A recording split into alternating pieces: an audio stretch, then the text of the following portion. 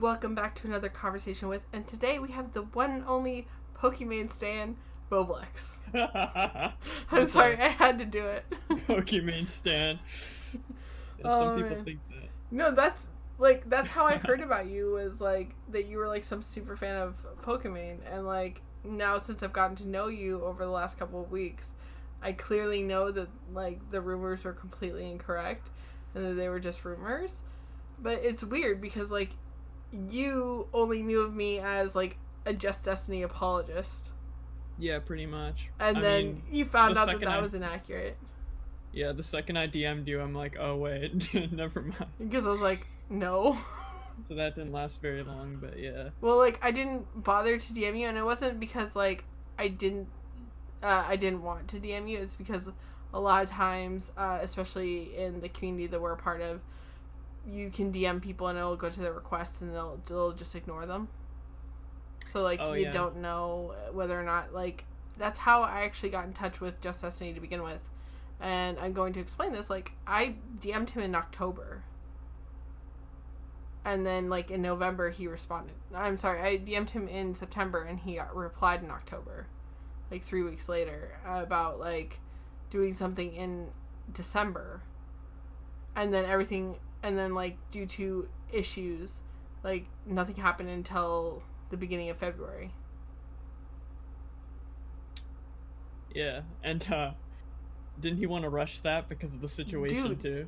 He, like, I paid an extra $20 to the artist that did the art for that one, so it would get done quicker.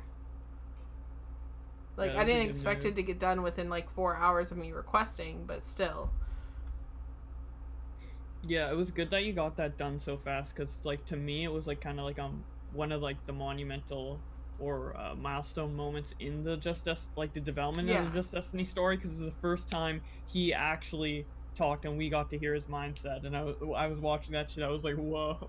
Well, like I even made some Twitter videos reacting to the interview. It was also like monumental within like my YouTube career, like so far. Like that opened up a lot of doors to like me communicating with a lot of you guys, like Tipster, you. I mean, Augie and I literally spoke the same day I recorded, but like right before. Like that was when I first met Augie, and now look, like we're three amigos doing a shit show of a podcast. Yeah. Yeah. Augie RFC After Hours. Yeah, it's a pretty cool show. Well, if I do say so myself, except for the times I'm not there. What's really funny is the fact that like I literally was initially coming on to like explain the drama with the Matt's What It Is, because like you and I had done like a lot of research together like the night before, and I like the day before or something, and I gave some to you and Augie, and then like all of a sudden it's like I'm now part of the group. Yeah. When there's like people who like probably watch Augie way more often, who call in, who probably kind of are annoyed with me being in the position I'm in, because they're like, we wanted to be the people part of it. Yeah, maybe they should have done a better job then. Maybe they should have.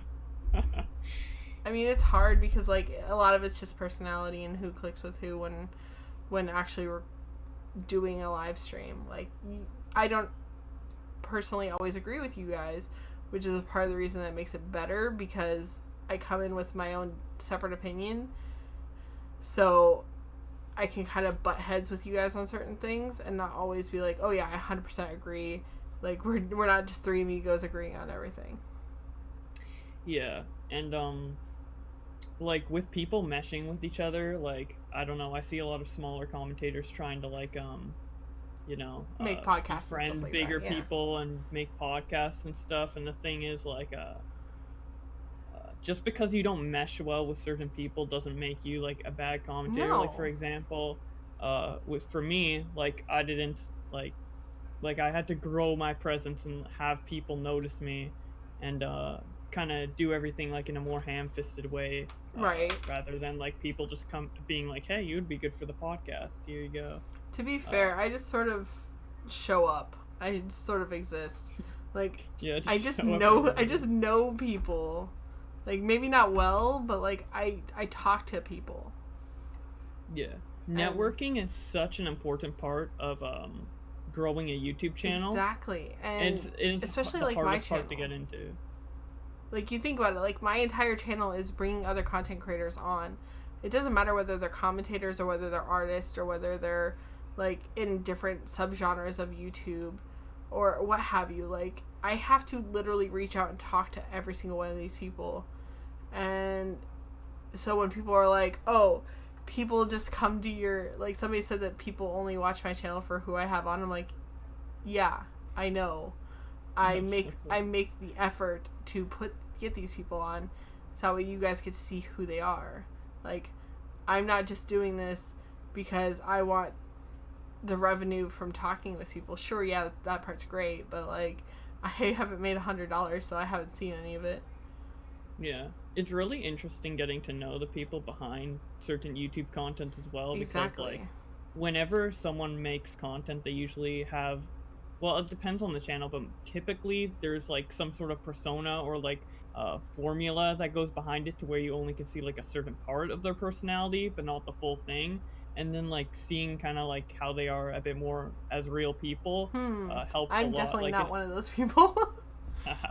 No, yeah, you like, seem. I mean, if you think about it, like, you and I have talked enough over the last month. It's been a month. Can you believe that? Since, like, it's been just about a month since the first time we spoke.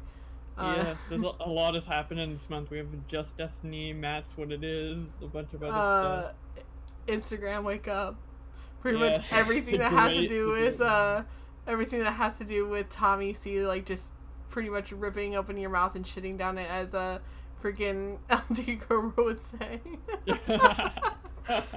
Dude, it's so Did he fucking actually say weird. that? No, he's never actually, like, he talks about shit a lot though. He talks about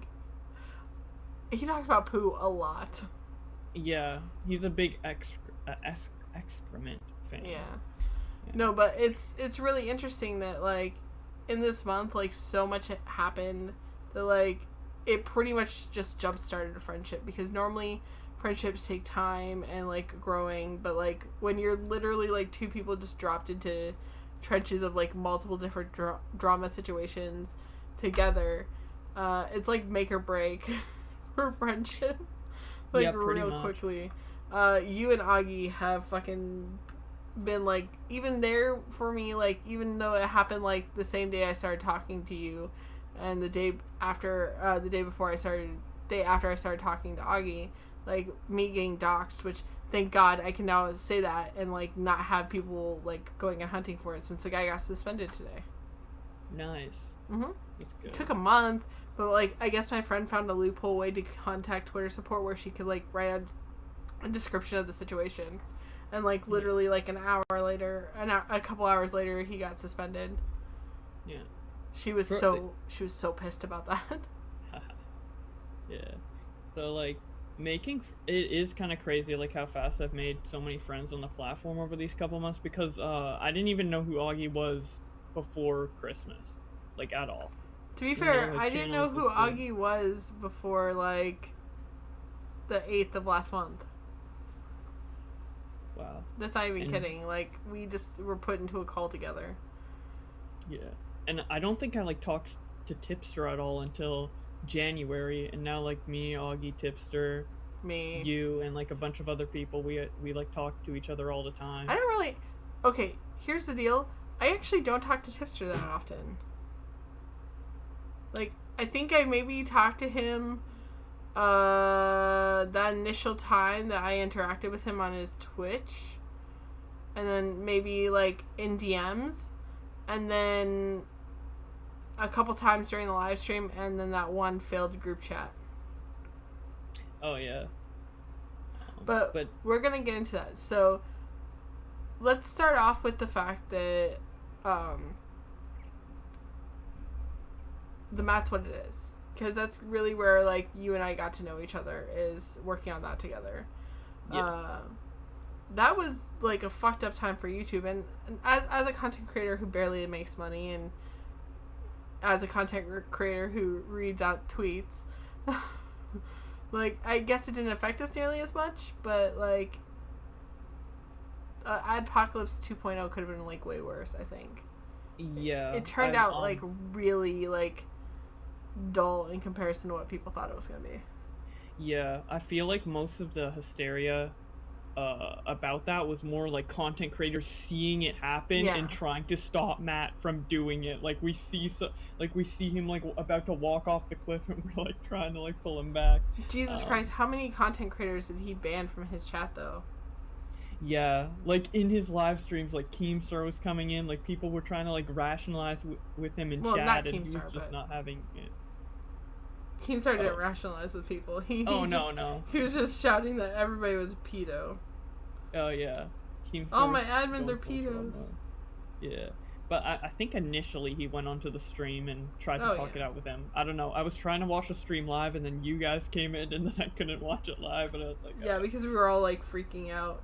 Well, what made it worse is, like, I initially watched the video and went, like, what the fuck? Like, but I didn't watch the whole thing, and then, like, I tweeted it out, and then Tipster's like, by the way, this guy's trying to go after advertisers. I was like, I'm gonna delete that. And it was just really awkward. Yeah. And then I got added to the call, I think. I thought... The funny thing is, I thought he had good intentions, like, even at the start of the live stream, and I think, like, there was a moment where I literally, like, felt it come over me, like, completely as people were explaining it to me, and we were, like, dissecting and kind of, like, finding out live how he was trying to approach this.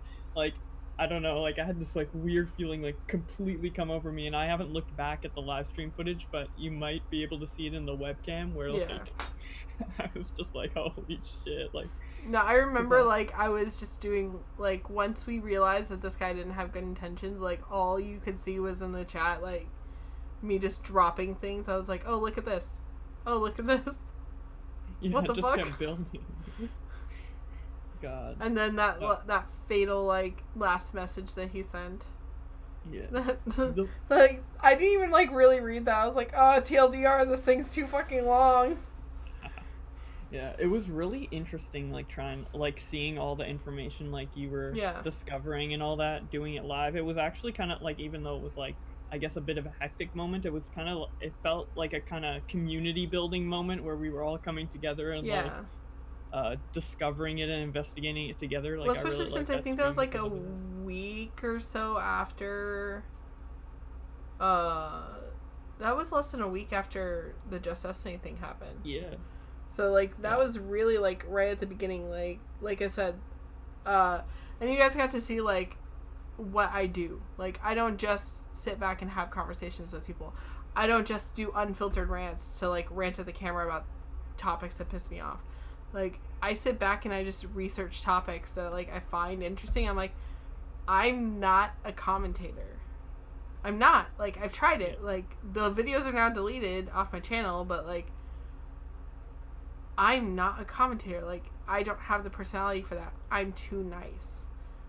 I hate to say it, but it's true. Like, I roast you, but, like, they're jokes. I feel like I'm the same way because, I mean, I do commentary every once in a while, but, like, I started out with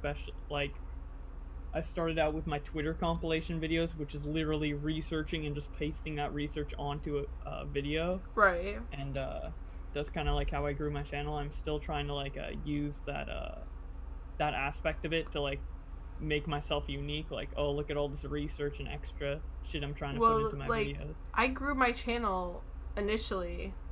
Like, here's what people don't realize: my channel did not grow off of doing these interviews. My channel's actually died because of doing them. So when people say that I'm doing interviews for views or for subscribers, nope. Because I hit my first 1K without doing a single one of these interviews because I was doing political commentary. And I just, 2 months of doing political commentary, I just, like, felt like I was going to give up. And then somebody was like, hey, you know, interview progress, he's had drama, he needs a platform to talk on and not have it be on his channel. I went, sure, why not? And I just fell in love with doing this concept and just talking with people and just doing the unfiltered rants and doing all that stuff. So I'm not doing this for views and for money because I'm not getting either. Yeah, I don't think anyone should really approach YouTube for views and money in particular. I mean, if you love it and then you can also do that, that's fine. And if you find like an exploit or a good like formula to go with, like for example, people doing Reddit videos or whatever. Exactly. and they're not really like inspired or creatively like driven to do it. It's just reading out Reddit posts. Although I'm sure some of the Reddit YouTubers are passionate about it. I know Illuminati is very passionate about what she does, but um, that's fine. But like, if you're a small YouTuber and you're looking to try and like get big especially based off your personality, you should probably like just look to try and do content that you want to do that's like unique and not what everyone else is doing. I mean, you could try to make it formulaic and like do the like, oh, 10-minute video, I'm gonna try and get 40% retention, I'm gonna put gameplay in the background, I'm gonna, you know, react to this Dr. Phil video. And if you enjoy doing that, that's fine. But I think putting your unique spin on stuff is extremely important when it comes to YouTube. I just can't be bothered to be like everyone else. Like, I don't care if I make money off of YouTube. I hate to say it, like, I'm one of those few YouTubers who are like, if I make money, cool. If I don't, that's fine too. Like, I could have left the live stream initially on my main channel. Like, they just wanted to, like, my co-host just wanted to be able to log into it. And I could have just made it a branded account and been able to give them access and have it be no problem. But I didn't do that. Instead, I was just like, you know what? Let's put it on its own channel. Let's have it do its own thing. We don't need to make the money off of it whatsoever. Like, we don't need money made off of it. Like, we don't promote the fact that we have a Streamlabs link or anything like that. We just don't. And it's way more fun. Like, I don't care about the money. I honestly feel like in recent years, YouTube has been like, the culture of YouTube has been like super hyper focused on money and monetization to the point where it's kind of bad. Like before, I remember like in 2011 when I started using YouTube, like if you talked about monetization or anything money related at all with YouTube, they're like, what the fuck? This just should be a hobby. Like, why are you selling out? And now it's like the complete opposite where people are like, oh, where's your Patreon? I want to donate. Oh, I feel bad that you're not getting good enough monetization. Oh, no. I have a Patreon. If you go back through and watch any of my videos, I have never brought it up. Not once have I ever brought up the fact that I have Patreon. But I also, like, if somebody started donating tomorrow, they would get all the perks. They would get all the things. Like, I'm going to have somebody, like, redo my Patreon. Like, I had them redo my Discord server. Just because, like, having a proper Patreon is awesome. But, like, right now, if people donated, cool. But, like, I don't expect anything. So I just don't promote it whatsoever. Yeah. I have a Patreon, too. But I don't promote it at all either. Because, like, I don't know. There's other ways. Like, I could get money through, like, AdSense or, like, my join button, and at the end of the day, I don't even. The fact that you have a join button is really funny. Because technically you shouldn't. Yeah, it's strange. I'm glad I have it though, even though no one's actually joined. But I feel like it's a more like convenient and less like in your face way of Patreon. Because I mean, I don't hate anyone who has Patreon, but like remember how there was like a couple years ago there was like when Patreon was being introduced, it was kind of like frowned upon. I was one of those people who like was like, why the fuck do people have Patreons for making YouTube videos? It's kind of dumb. But I've warmed up to the idea over time. Obviously, I have one now, and I think like a join button is like kind of a better version of it because it's like more integrated into the site. And it's just like right next to subscribe, and it's like, hey, if you want to, you know, support the creator a little more, then you can do that, and you don't necessarily need to be like, hey guys, here's this other website, like at the end of all your videos and stuff like that.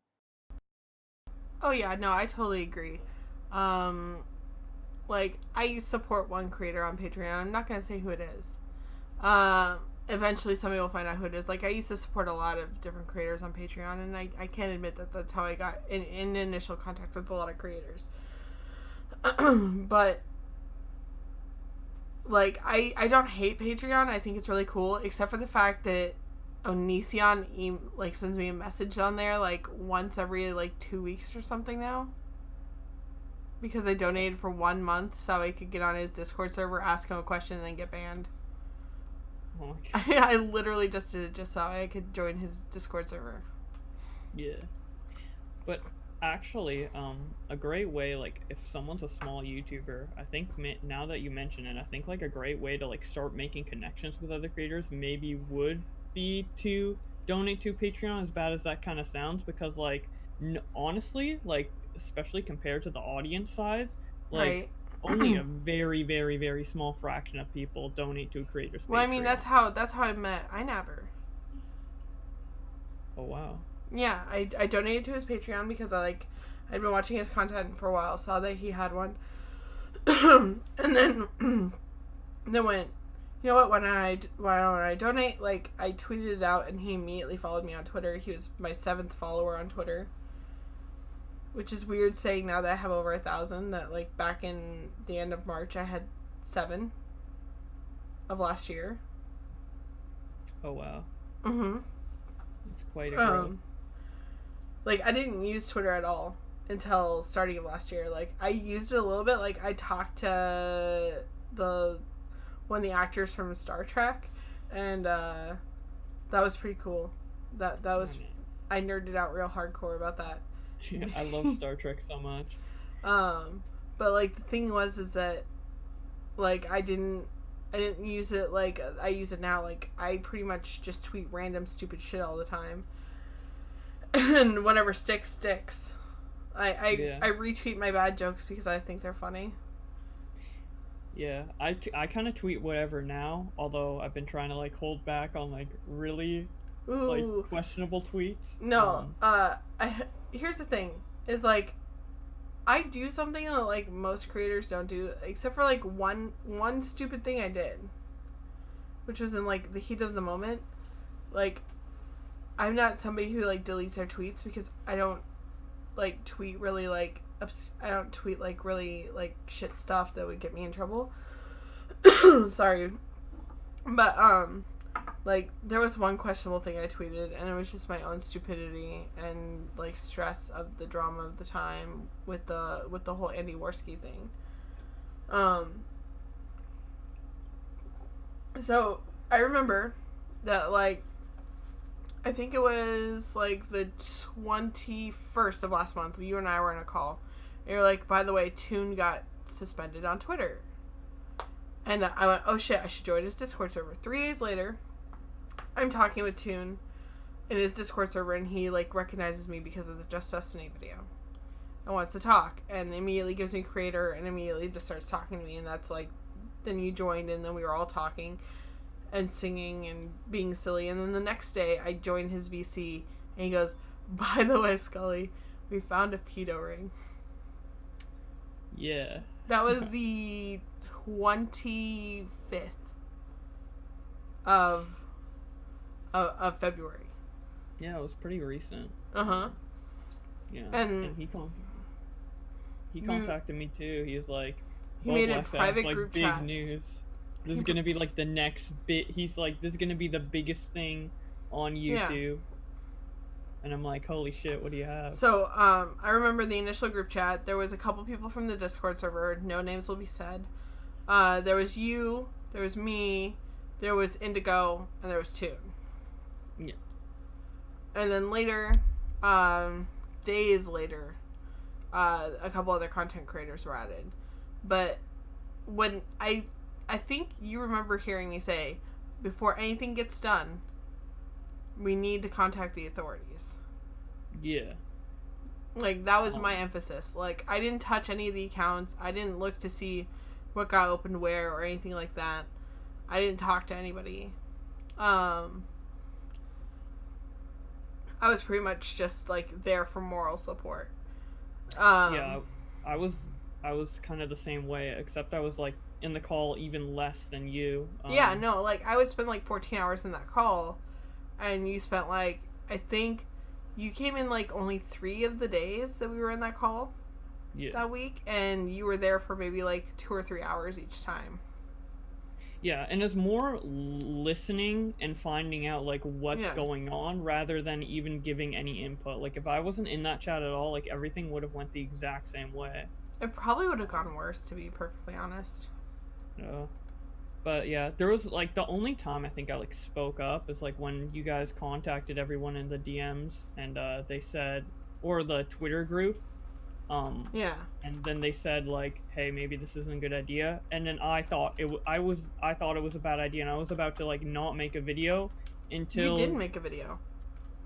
well, I initially planned to make a video, and then um I was having second thoughts, and then I planned to make it again, and then after all the Andy stuff went down, I didn't make a video. What's funny about that is my video is very mundane in comparison to like what Andy did and what Toon did. Like, it was more just, hey, these girls are still victims even if they're victimizing themselves because of past trauma.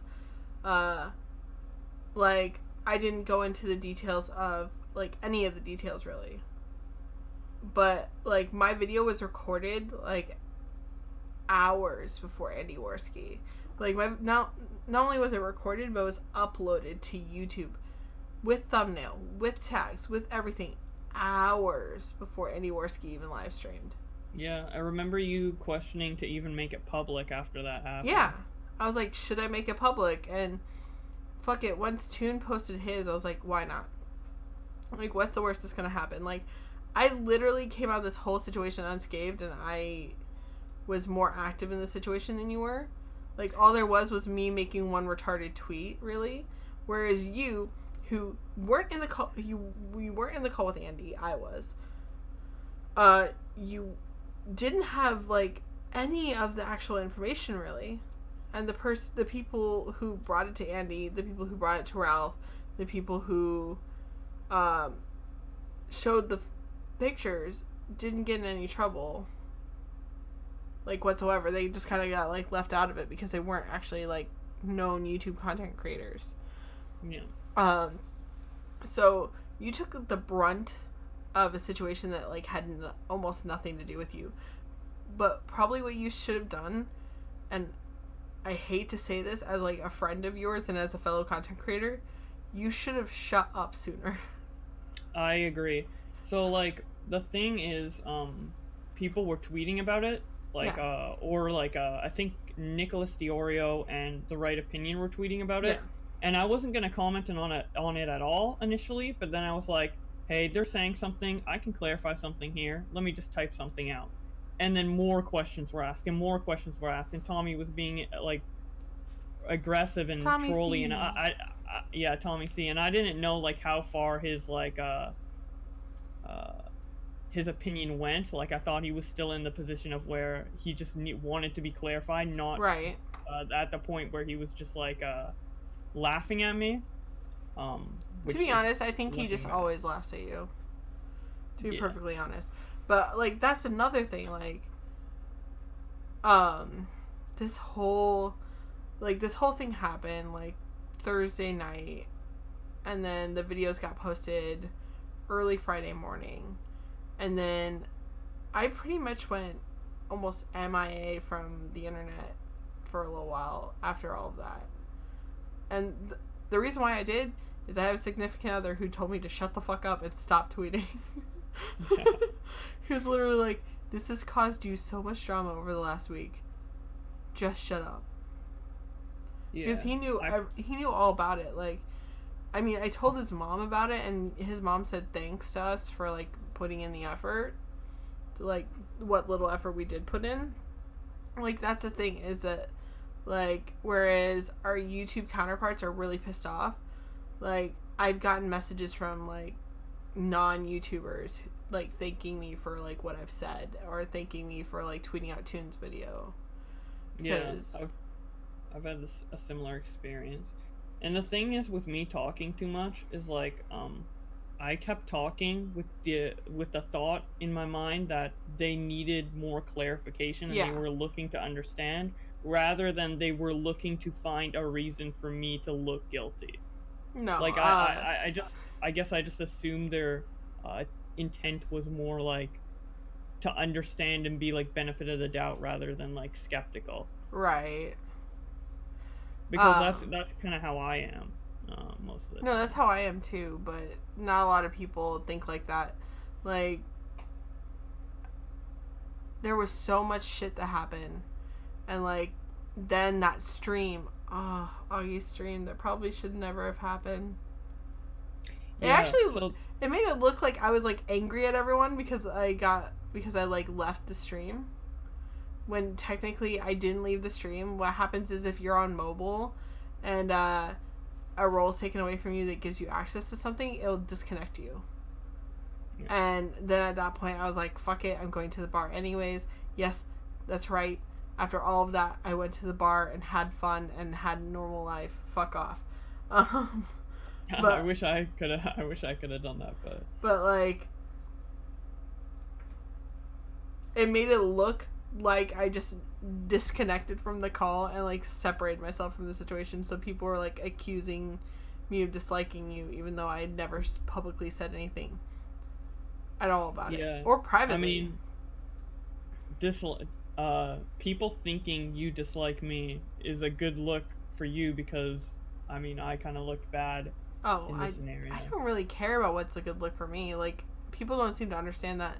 Like, I don't care about who unfollows me, big, small, non-content creator, content creator. Like, I don't care if you unfollow me on Twitter. I don't care if you unsubscribe from my channel. I don't care. Like, the people who I determine are my friends, the people who I like trust with. Just, if I felt like I had a shitty day, you're somebody who I know I can just call and contact and like be like, hey, Josh, this is what my day was. Like, when I called you right before we started recording, I told you everything that was going down today and like why it took us so long to record. Yeah. And like, I wouldn't have told Just Destiny that.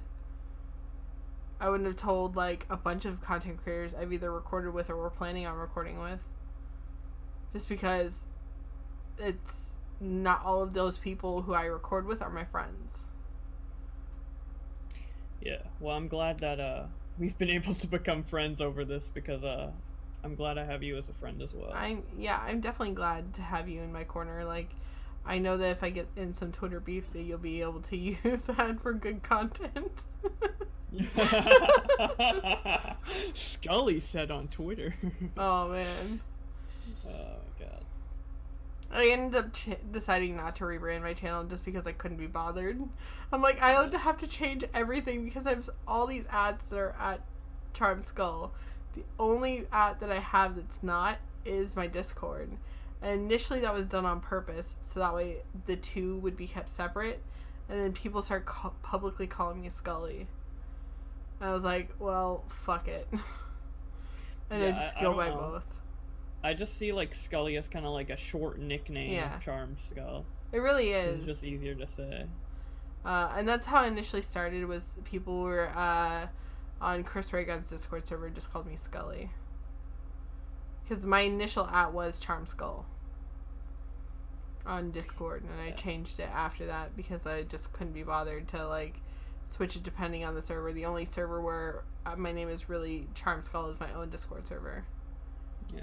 Plus, I feel like it's always like weird and like conversation cutting, or like it doesn't flow well when like you have to say someone's like long username in a sentence. Like, it's why I chose the name Bowblax. It's why you know, Black Wolf Company goes by BWC. Yeah, but like he still has both. Yeah. Or Tro in the Right Opinion. Yeah. And people even shorten my name, like, some people call me, like, Blacks, which is kind of funny. Bowblax. I mostly just call you Josh. Like, whenever we're, like, talking, I'm like, hey, Josh. What's up, Josh? And, like, sometimes people are like, who the fuck is Josh? Oh, yeah.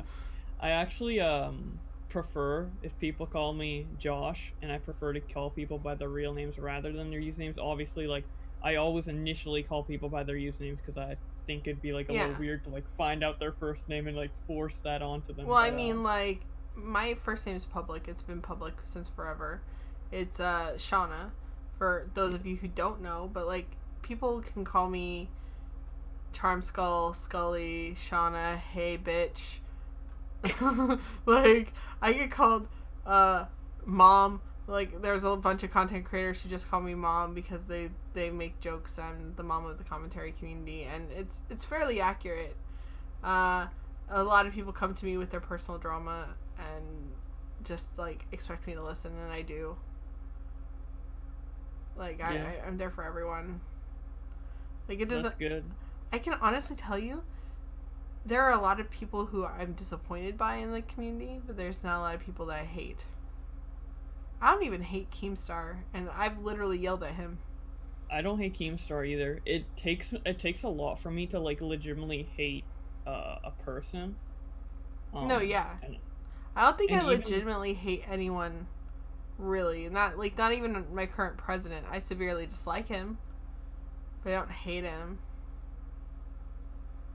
Yeah, like it takes like for me it takes like being a friend and then like betrayal for me to like hate someone. Like for a while I've like actually hated Tommy C. Well, I never thought you actually really thought of Tommy C as a friend until you told me that you did. Yeah, I did, because he's been very kind to me. He's the first person I got in contact with in the commentary community over a year ago, and he's really nice, and I've always wanted to like go on his show, but like I have like social anxiety, and like one of the like kind of symptoms of that, like the type of social anxiety I have is all like preliminary. So if I were to like try and call in to Shot from the Point, like every time, like while I'm in waiting for call, I would like just panic and like go out. Funny story, so, like, I've only ever called in to Shot from the Point once. I think I only called in one time prior to like Tommy knowing me as a content creator, me actually going on the show as well. Like literally it was the same day, like Augie and I both were waiting in call, and then Augie said, oh, like shout out Charmedskull for helping me with my Matt's What It Is video, and then all of a sudden he was like, oh, Scully, that's Augie's friend, Skip, we're not gonna have him on. I was like I was funny. Like, one, the fact that somebody just how many times I get assumed to be a dude is so fantastic. It's so fucking funny. I just don't correct people at this point. And two, the fact that like Augie just saying my username just made Tommy so triggered to not want to talk to me. Yeah, Tommy loves guilt by association. I don't get it, because then like shouldn't it be guilt by association with him working with Keemstar for as long as he did?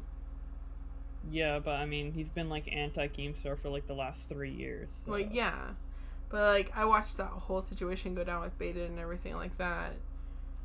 Like from that perspective, if you want guilt by association, it doesn't matter how long you've been disassociated from the person. Yeah, true. I don't know. Tommy's mindset's a bit strange, but I'll just leave him be for now. I don't. So this is gonna be a short one. We'll do a longer one with like probably less drama later. But like I need to go hop off and do something, so I'm gonna do the end now, because I think we pretty much covered like everything. We covered the Matt's What It Is, Instagram Wake Up, how we met, and the only thing we didn't cover is like the old drama, which is Pokimane. Yeah, the older drama. Who really cares? I can't believe that shit all went down in January, and it's still like so big for me. And like to me, it's like looking back on it, it's not even that old. It's like 2 months old, and now it's like that's too old to talk about. But that being said, I'm going to leave a link to Bowblax's Twitter and his YouTube in the description down below. Don't forget to give him a shout out and subscribe to him and keep an eye on his content, because he does make quality content for the content that he makes. It's definitely unique. Don't forget, if you have anybody who you would like me to record a conversation with, you can leave their name in the comment section, or you can contact me on Instagram or Twitter, and or hop in my Discord server. I'm always there. And have a good day. Yeah, see you guys later.